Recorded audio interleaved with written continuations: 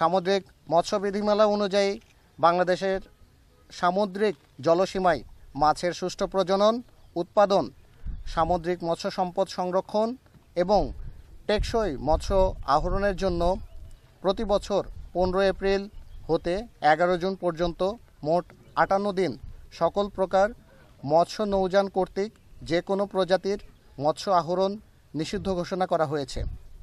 এরই ধারাবাহিকতায় গোপন সংবাদের ভিত্তিতে গত 19 এপ্রিল 2025 শনিবার দুপুর 3টা হতে বাংলাদেশ কোস্টগার্ড বেস ভোলা এবং আউটপোস্ট লালমোহন কর্তৃক ভোলার লালমোহন উপজেলাধীন গজারিয়া খালের মাথা সংলগ্ন তেঁতুলিয়া নদীতে একটি বিশেষ অভিযান পরিচালনা করা হয়।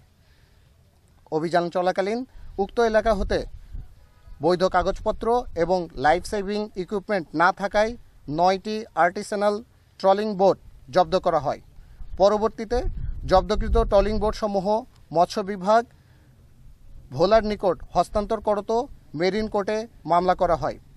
দেশের আইন শৃঙ্খলা পরিস্থিতি স্থিতিশীল রাখতে বাংলাদেশ কোস্টগার্ড 24 ঘন্টা টহল জারি রেখেছে, যার মাধ্যমে কোস্টগার্ডের আওতাধীন উপকূলীয় এবং নদী তীরবর্তী অঞ্চলের আইন শৃঙ্খলা পরিস্থিতি অনেকাংশে উন্নত হয়েছে।